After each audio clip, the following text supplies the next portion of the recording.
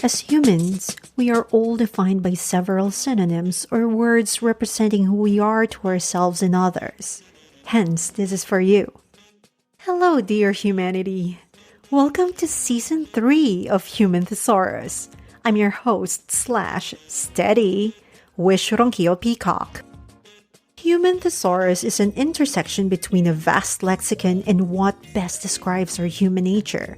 It's my conversation to highlight people like you and me, reflecting on their own embodiment of their stories with the synonyms of themselves.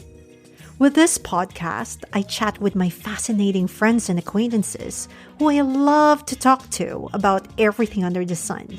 It's like catching up with them in a cafe or over cocktails, and here you are, eavesdropping on our conversations while we explore what words define who they authentically are. And this season, I'll throw in special episodes with deep dive human elements, so watch out for this exciting expansion of my pod. Subscribe now!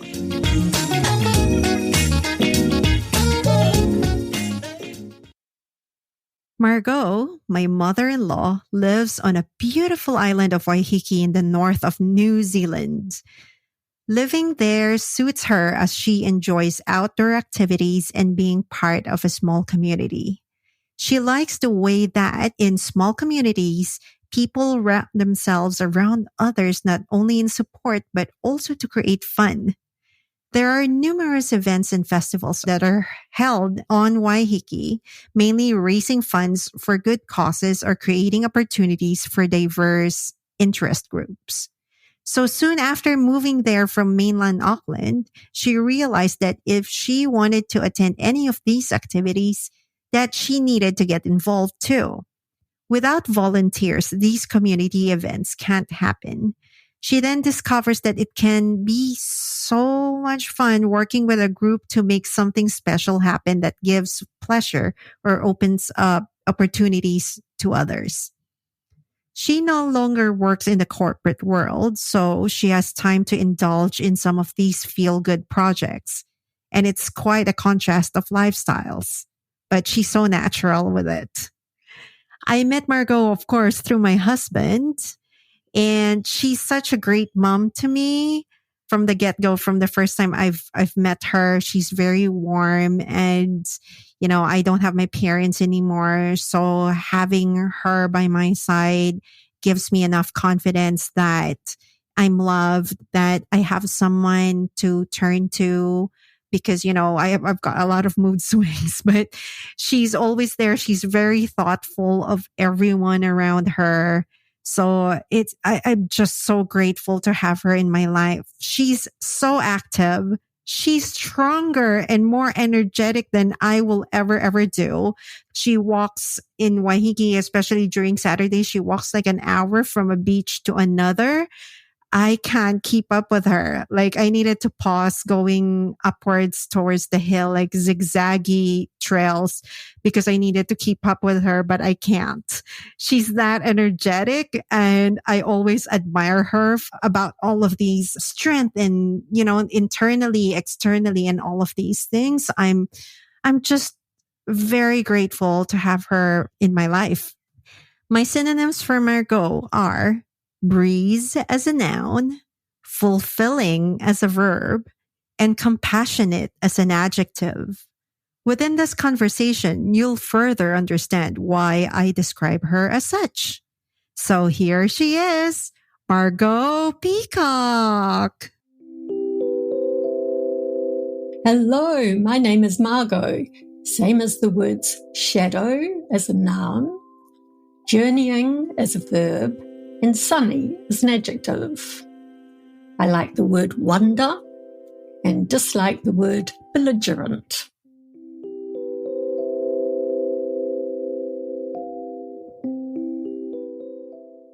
Oh, thank you, Mom. Oh my gosh, finally I got to convince you to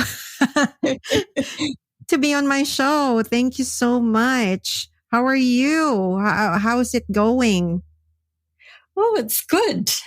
Yes, I don't know how I let you convince me to do this because it's not really my comfortable place. I don't like being in the spotlight, which is, I guess, why I chose the word shadow.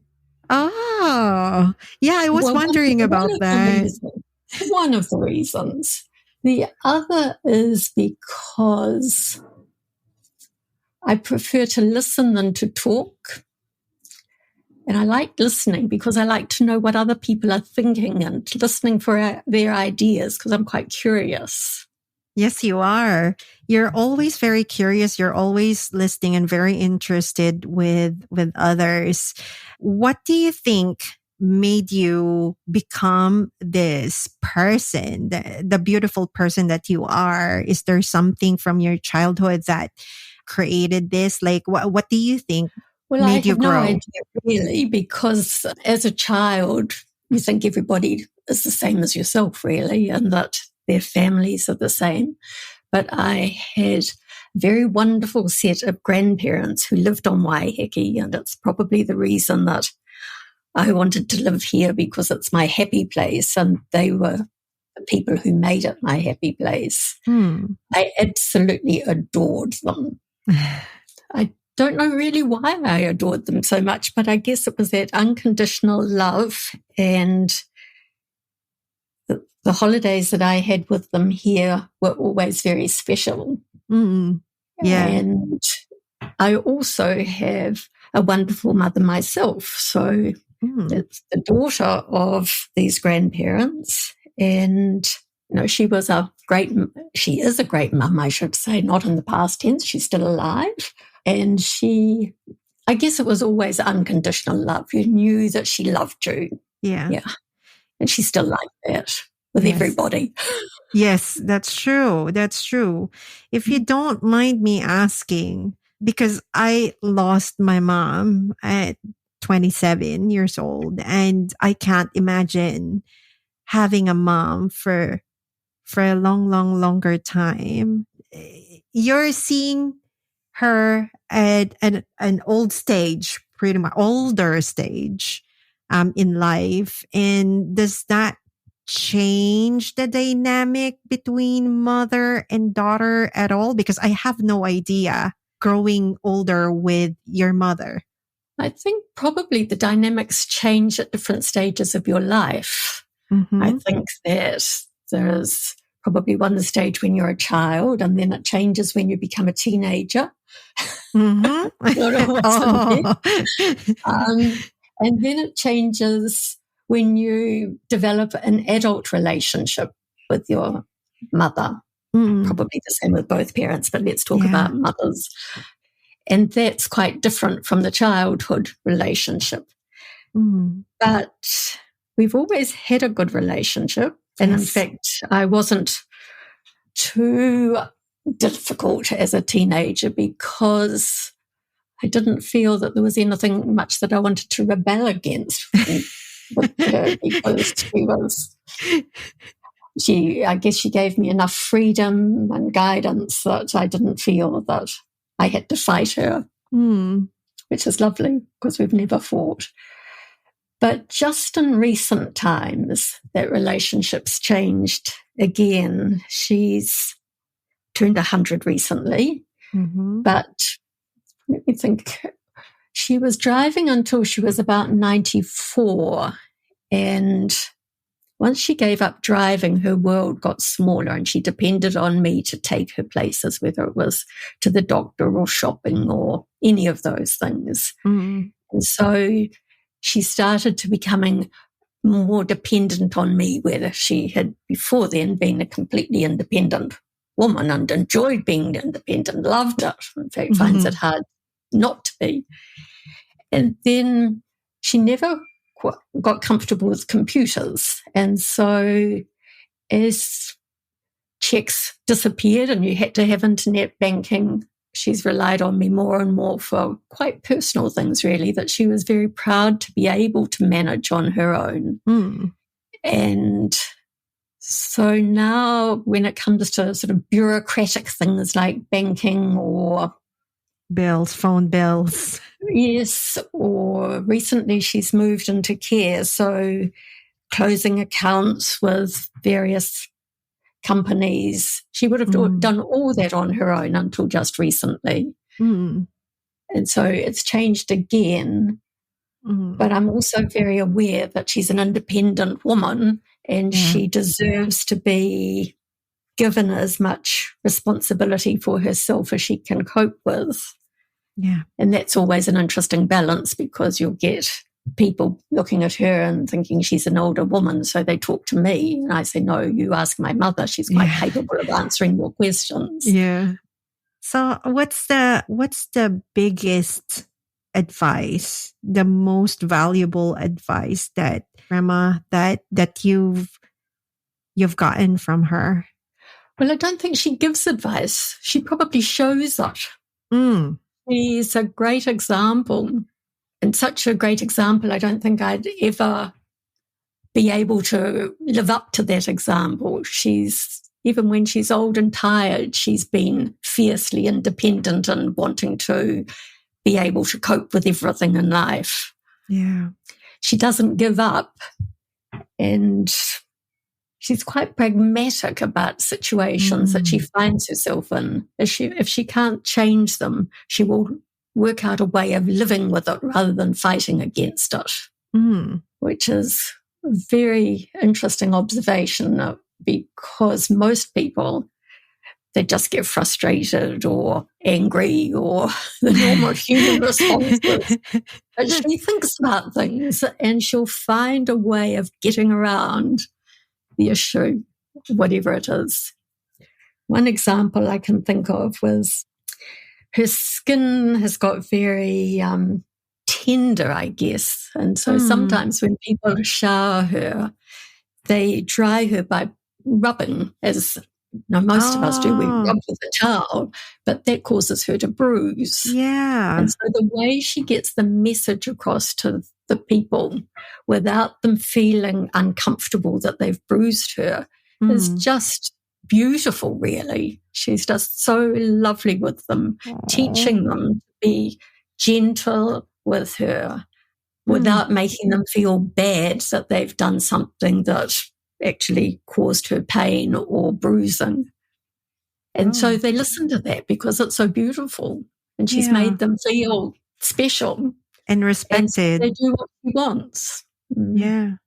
So how about you? When you became an adult and until now? I haven't become an adult yet because I'm waiting until I don't have any parents. That's kind of true. That's what I always say. You're not truly an adult until you lose your parents. That's in my experience. But all throughout these years, as you became a mother, etc., hopefully a grandma at some point. Nice. It would be nice, yes. And so, I'm blushing at the moment. So what made you stop sometimes? Like, oh my gosh, I'm becoming like my mother. So do you have those moments? And what are those moments? If you can remember these kind of special realizations. When I was little, I spent a lot of time here on Waiheke. And so there were people who had known my mother since she was a girl because she was brought up down here.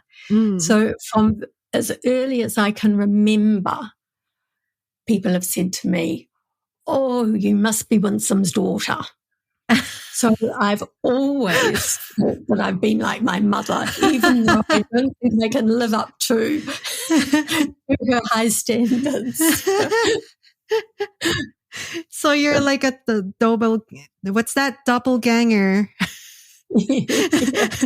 Everybody reminds you of Winsome then.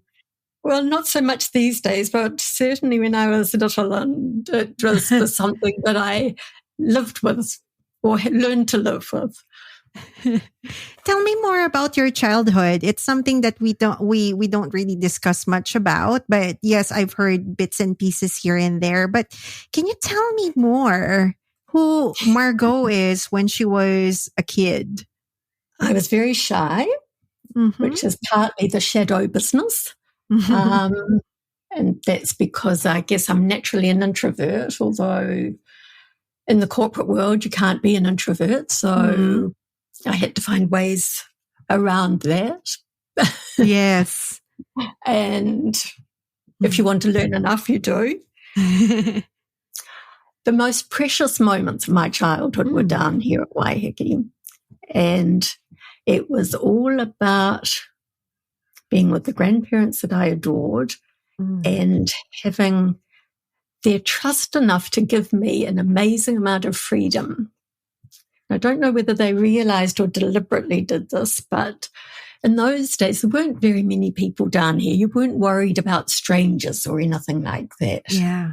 And so I don't think I was ever told, but I understood that you went outside after breakfast and you didn't come back till the next meal, and then you went outside and you came back for the next meal. And if you didn't come back, then somebody might think, oh, I wonder where Margaux is. And perhaps do something. But because I got hungry, I guess I always came back. But I would walk sometimes for miles and miles on my own as a little girl. And I had all sorts of little adventures. And that sense of freedom has driven probably how I parented. Yeah. And what I have aspired to be as an adult, really, giving myself the freedom to do that, but also encouraging other people to have the freedom to be independent and not so worry so much about the things that could go wrong. Because, you know, anything can go wrong anytime. You don't need to be going out adventuring for things to go wrong. Most accidents happen in the home. That's right. That's right. Oh my gosh. Yeah. Well, you're very cute as a kid too, because I saw some of the photos. So cute. How about... I did look like a shadow as a child, though. I was the youngest and the quietest, and I wasn't a son. And then in the corporate world, can you tell me more about career-wise? As an introvert, you're in marketing, right? Can you tell me more about that? Like, did you enjoy that a lot? How did you get into it during your period when you were working? Well, I'll go back a little earlier than that. You know, I was old enough that when I was thinking about careers, there were things that girls were allowed to do and things that boys did. And there wasn't much crossover. Right. And I wasn't very interested in anything that the girls were allowed to do. So I can remember we had at secondary school a woman who just for a couple of hours after school, I think one day a week, she would talk to people if they asked questions about careers. So I went to see her and I said, look, I can't think what I want to do.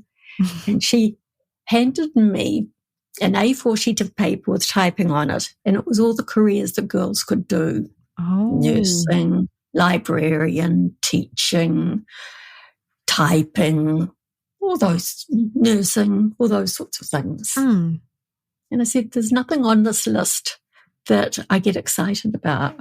Yeah. And she grumpily said, okay, then write down all the ones that you don't want to do. So that was pretty hopeless. So I don't know why I thought about this, but I thought that I might like to be a occupational therapist. And so I talked to my parents about that, and they thought probably that I was too sensitive to do the training that was done in what those days was a place where people with those sorts of difficulties were put in institutions. So they lived there. So the mentally affected people and that sort of thing. And I think they thought that I wouldn't be able to cope with that emotionally. So I ended up going to train as a teacher.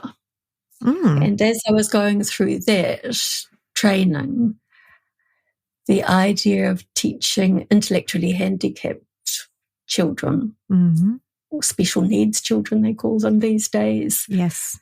caught my attention. And so at university, that's what I specialised in. But in specialising, I Oh. realised that we knew nothing about it in New Zealand. There was nobody with any real knowledge, and possibly I should have pursued that and gone overseas and studied and come back and did something. But I'd probably met a man by then or something.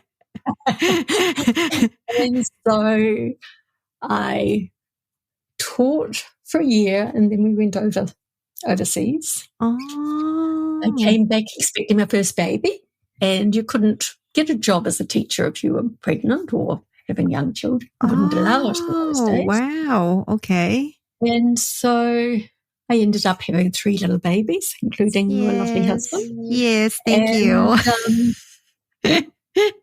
And when I was ready to get my teeth back into it, I went back to the thought of teaching special needs children and realised that I didn't think I could be a good mum and a good teacher because when I had taught, it took up all my thinking time. I was always thinking about little so-and-so down the back.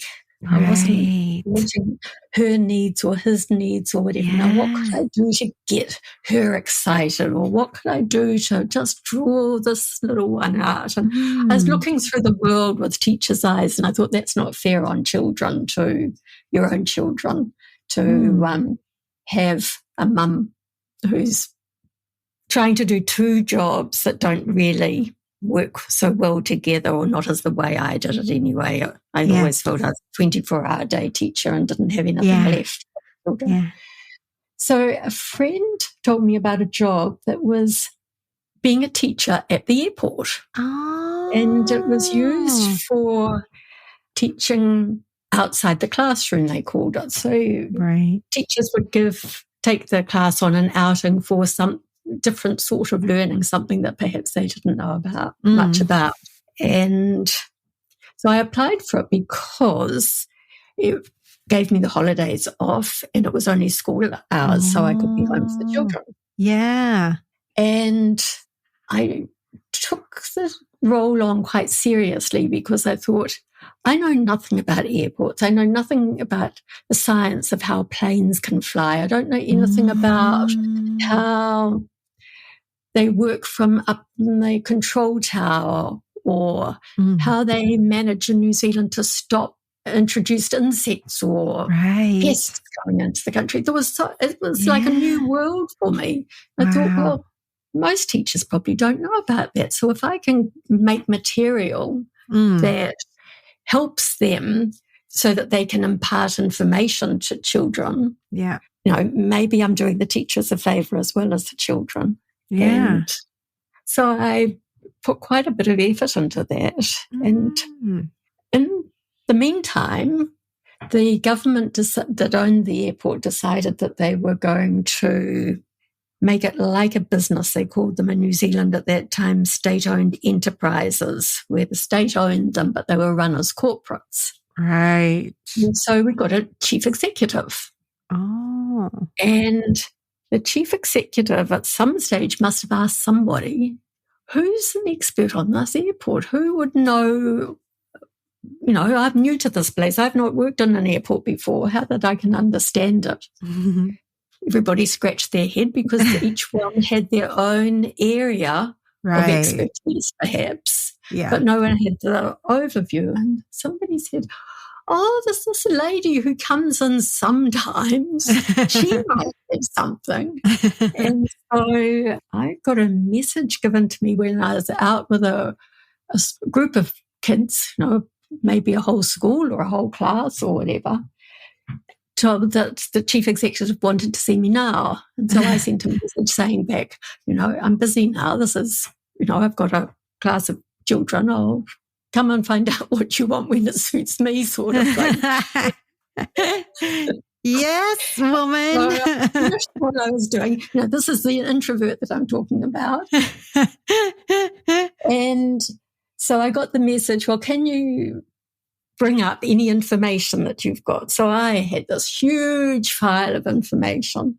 Yes. so I sent that up, and he must have had a PR man or somebody who was going to do some work for him, who looked at this and was gobsmacked, I think.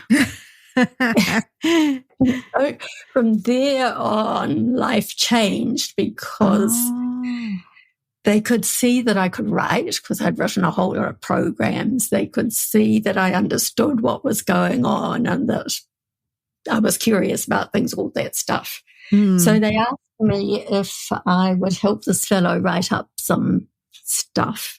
And so I said to him, look, can I write it? You give me the brief of what you want. Can I write it? And then can you critique it so that I can learn? Right.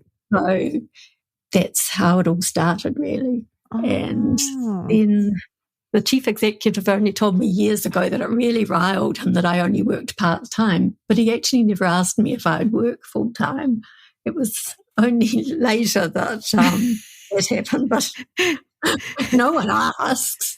So eventually I sort of moved away from what I'd been doing and did a lot more public relations type things. But because we were breaking new ground, we got into all sorts of things like changing the culture of the place, which had been very male-dominated and very military-dominated. After the war, the people who got into jobs, places like airports, were people who had been in the military. Oh, okay. And so they were all focused on the rules.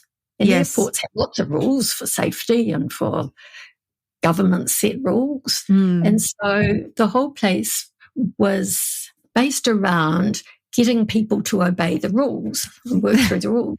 There was nothing to do with customer service or the experience of being there or whatever. The rules were more important than the people. Right. So I was involved in trying to turn that round so that the people were more, their experience was as important as the rules being obeyed, because they obviously had to be obeyed, but you can do it in ways that you may get technology to help with, or you ask in a different way. It's not you can't do that, sort of attitude.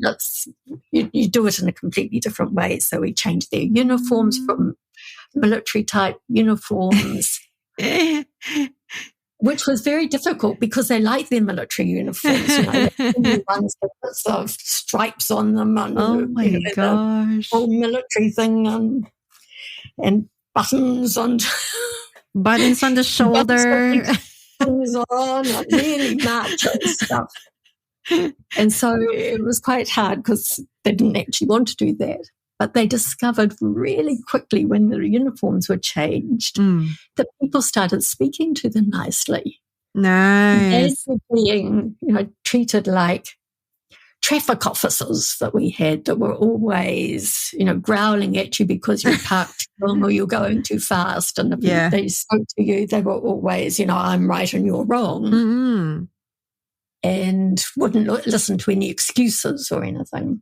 So we had to change the tone. So I was involved in that quite early on, which was fun. Wow. And then what were some of the other things? The newspaper at that time used to put in a column of all the ships coming into Auckland and all the aircraft that were flying in. Oh. It's very out of date now, but they decided that they weren't going to do that anymore. I guess there were more flights coming in and more ships, and people weren't so interested anymore. But it meant that we had to let people know when planes were coming or whatever, so that you'd know what time they were coming. So we started a radio station. Really? Oh my goodness. Tell people, because there's no internet, there's no cell phones, there's not an app you can do it. So that they could tell you, what flights were on time and all of that sort of thing. And so I helped set up a radio, and I did write a copy for some of that, and so that was quite interesting. Wow. And then we were doing quite a lot of renovations in the international terminal that were being disruptive.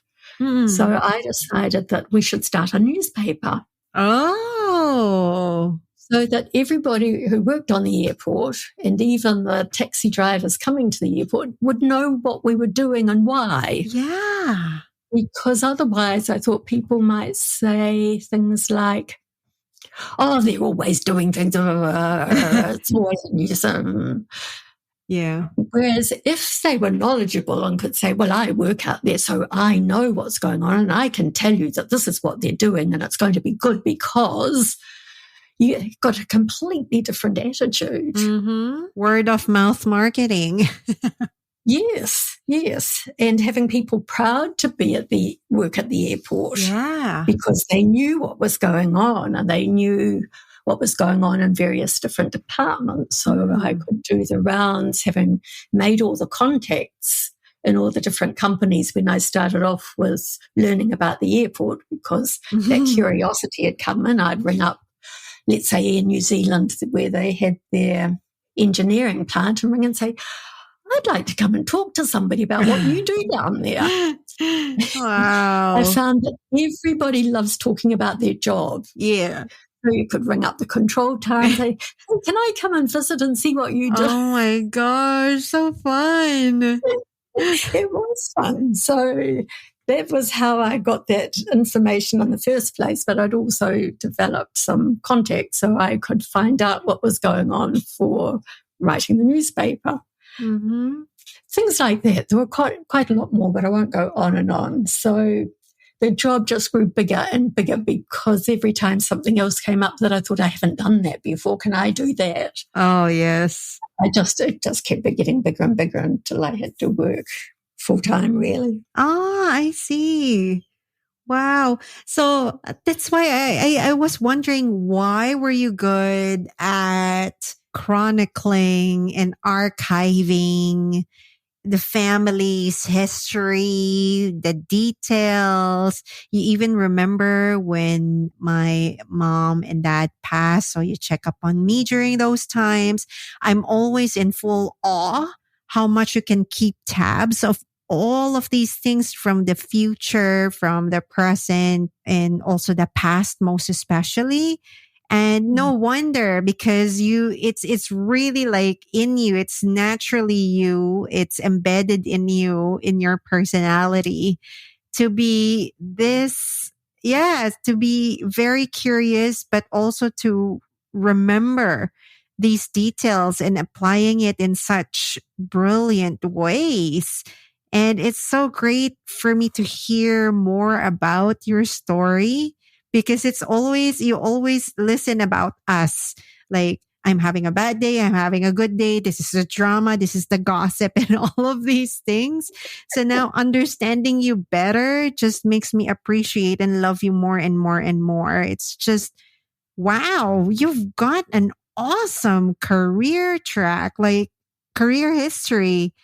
Wow. So, wow, I'm speechless. So, also, apart from your amazing career that I just heard, you're also such a great mom and daughter. So, what are some nuggets of wisdom can you impart to the younger generation about life in general? I don't give wisdom much, I don't think. Yes, But you I do. suppose- More than you ever know. Yes, you do. You always do to me.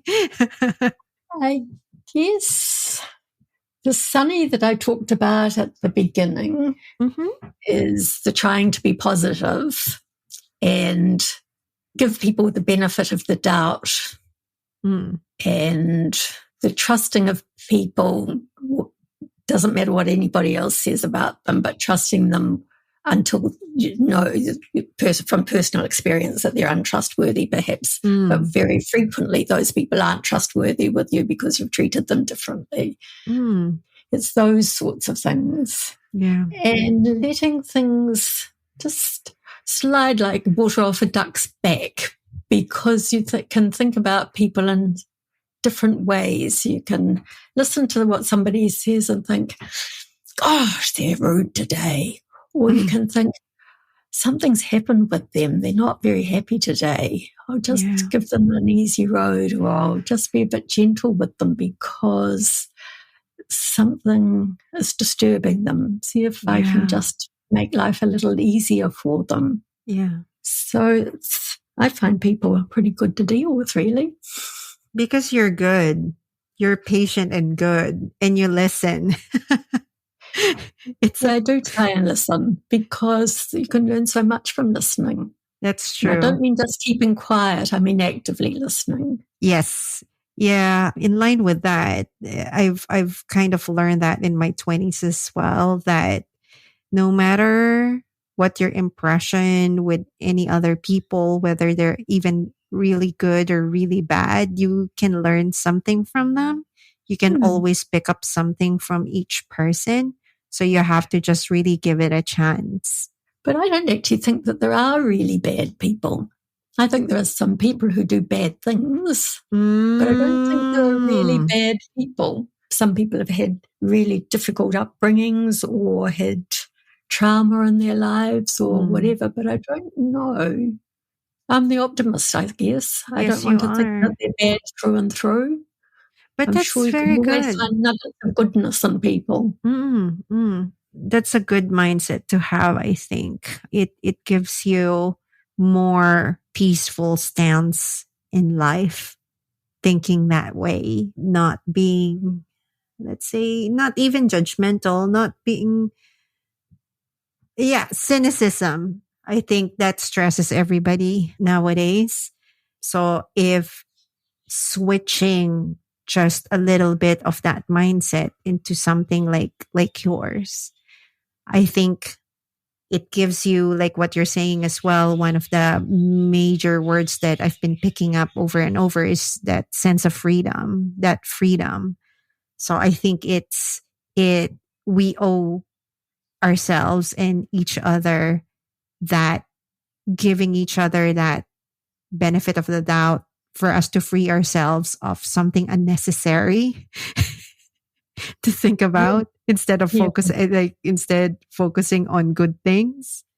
Because it makes you feel better too, I think. Yeah, that's right. It does. It does. You've given me a lot of these things. Sometimes I just have to run through, in our conversations.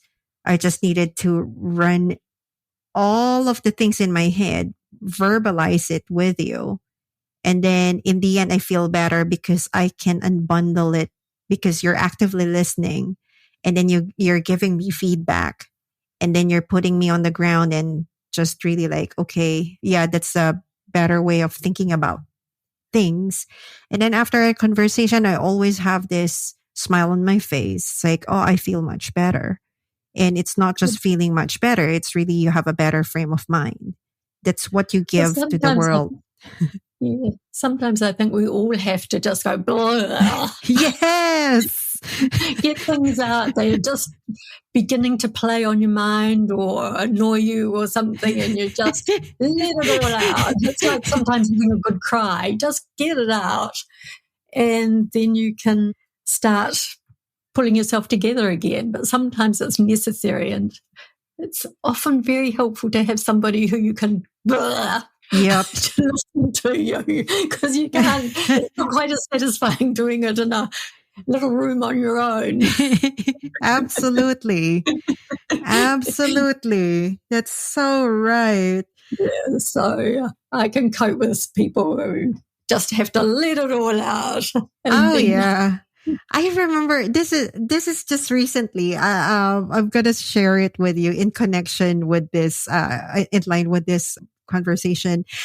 I was talking to Luke about the wedding. I said, we were watching something on TV, and I said, oh, at least our mindset with our wedding planning was so good that it didn't make me become a bridezilla or whatsoever. It's like I didn't have any massive meltdowns or whatever. And then he said, that's not true. I was like, really? You remember it differently? And then he said that You had one meltdown when when your wedding gown arrived in New Zealand. Oh, You were yeah. in such meltdown because the gown was a little bit ruined. It wasn't packed properly. And you were in such a meltdown. I was like, yeah, that's just one, right? It's like, yes. And then, so in line with that, I had that meltdown, but you were there the entire time all along. You were such a peaceful soul. You were so calm that in the end, you helped me solve it. That in the end, I calmed down as well. Like, in the end, I was It like, what? wasn't much of a meltdown. I can't remember much, to be honest with Anyone you. who might be listening. This beautiful, magnificent, most creative, you call it a gown even, work of art, arrived in the post and the packaging had all broken. Yes. So there was bits of it sticking out here and there, and you didn't know whether it had torn or ruined completely or whatever.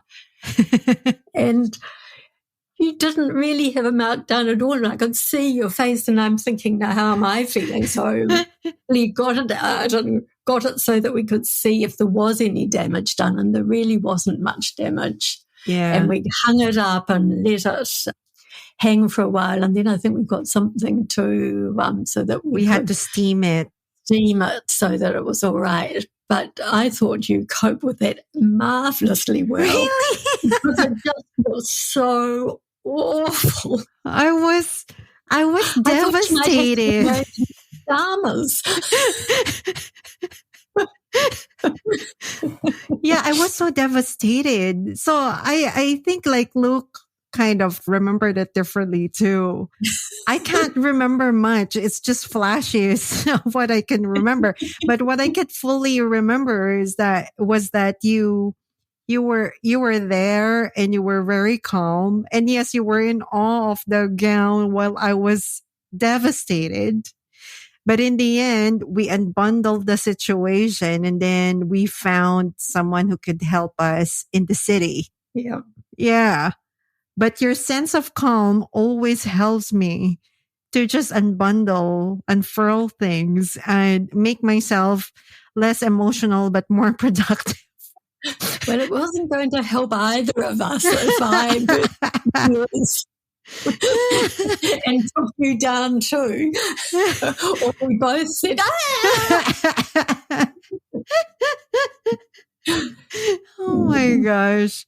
Yeah, it was a funny memory of the entire thing, I think. But yes, you're always there. So that's why I'm confident that hopefully at some point when you have grandchildren, I'm ever so confident that, Mom, can you take care of the kids for at least a month?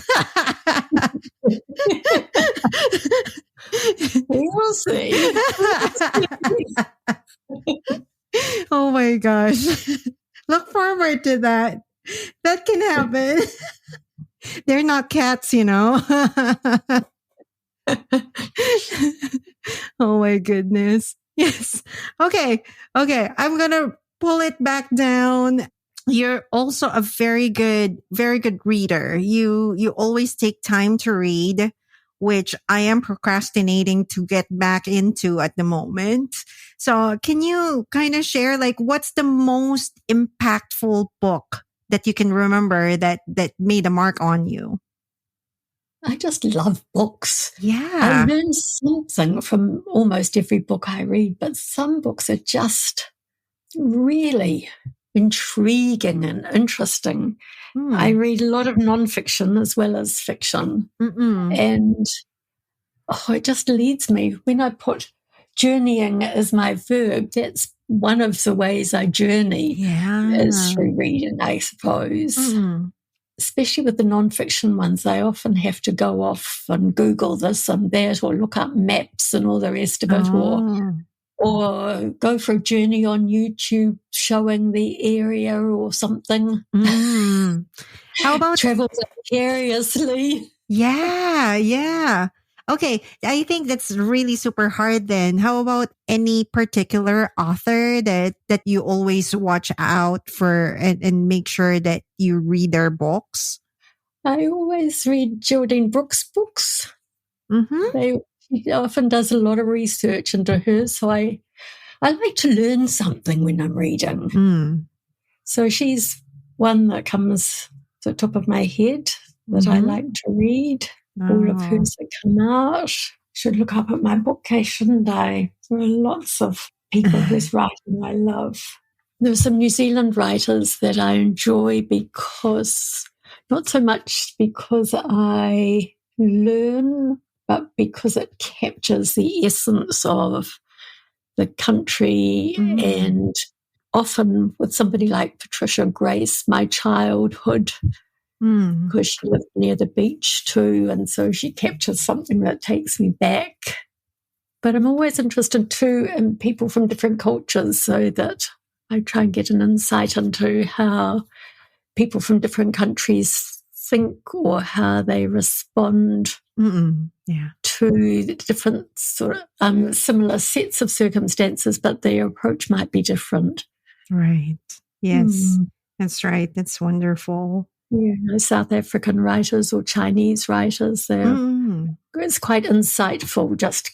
And even sometimes American writers. Oh, yeah. I just read not so long ago a book called Crossroads by Fredson, I think his surname is.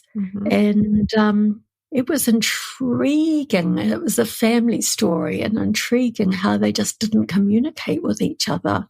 Oh. And they didn't seem to have a set of common values.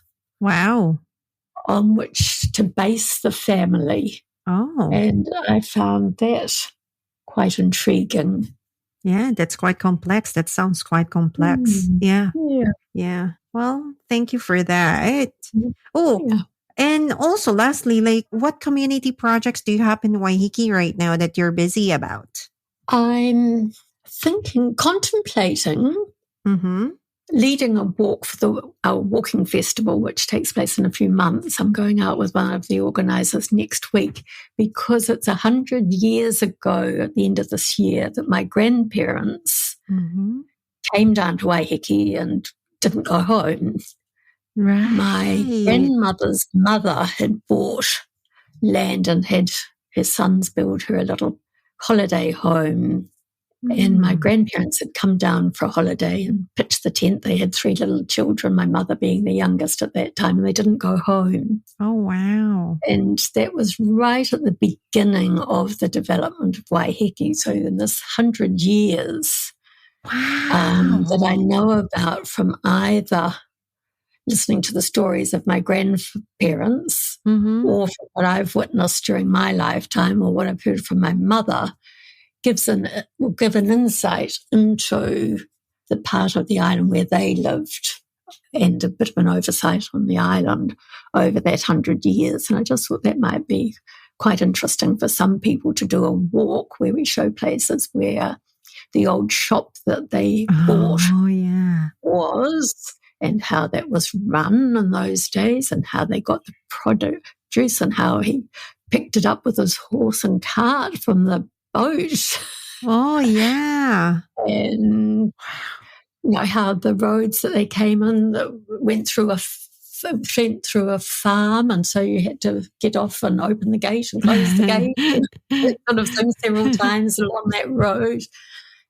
It was before there was electricity, of course. Yes. And then where they moved to after that, and they it coincided their moving with the Depression, so they had to change it, their guest house, so they could get some income from it, and what that involved, and that they had cows that they grazed right along the hills behind Oneitangi, which is now covered in trees and houses. And sheds and things. So it's quite different stories. A lot of stories along the way that I can tell, and I've got some old photos to go with it.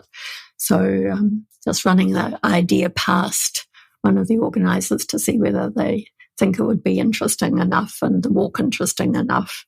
That's one of the things that I'm beginning to put my head around. Oh, that sounds exciting. Let me know how you go.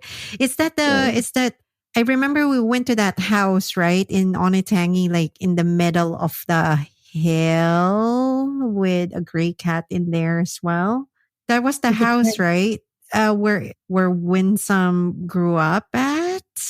It's a zigzaggy road in Waiheke. We went there because you were researching about. Was it where she grew up or where her grandmother had the place? Was where her grandma had the place.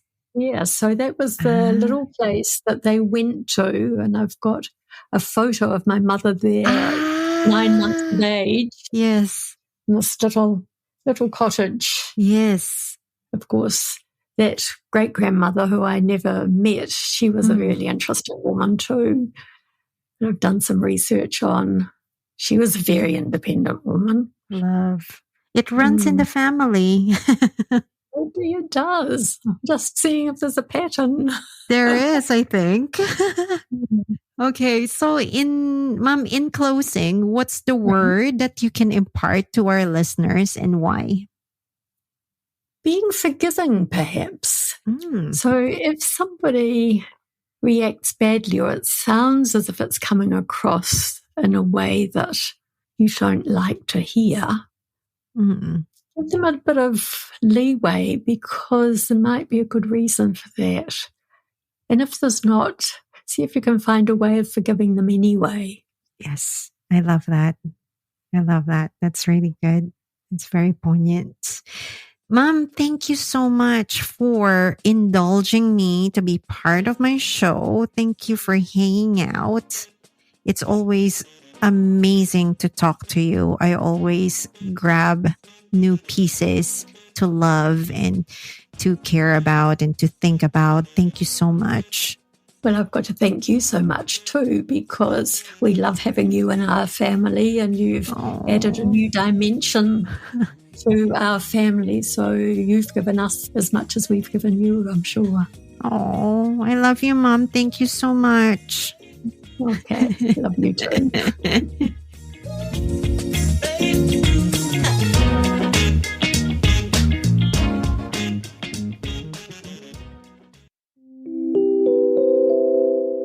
From this episode, one of the most important words about life is evocation. It is the act of bringing or recalling a feeling, memory, or image to the conscious mind. It's similar to words, summons, connotation, semblance, whisper, inkling, flashback, recollection, nostalgia. Dorothy Emily Stevenson, a best-selling Scottish writer from the 1910s to the 70s, quoted, "Most people, looking back at their childhood, see it as a misty country half forgotten or only to be remembered through an evocative sound or scent.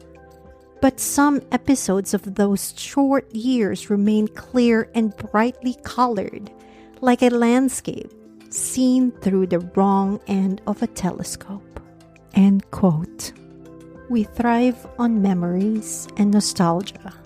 As we look back to our past, we can pick up perspectives that we never ever thought before. As time goes by, you keep on looking back, and that memory will evolve into something more meaningful to you. It may be like that, or it may be not, but I think it's essential for us to always look back in the past, not to open up hurt or open up old wounds, but really to reflect on how far you've come. Sometimes we need that. And also, when you look back in your life, you have to think how amazing that you lived so richly. Or if not, then you can correct your course. That's the beautiful thing about our journey. We can look back, and also, the most important thing is to look forward as well. And like what my mother-in-law said, it doesn't need a lot to be kind, to be open to other people, and create memories with them too.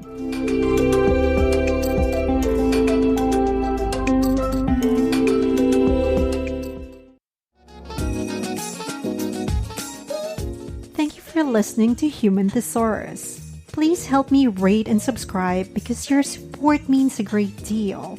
Join me again next week for another episode. And while waiting, why not listen to my past few episodes? You may find one of them spellbinding. I'm your host, Wish Ronquillo Peacock. Have a fantastic day and thanks for listening.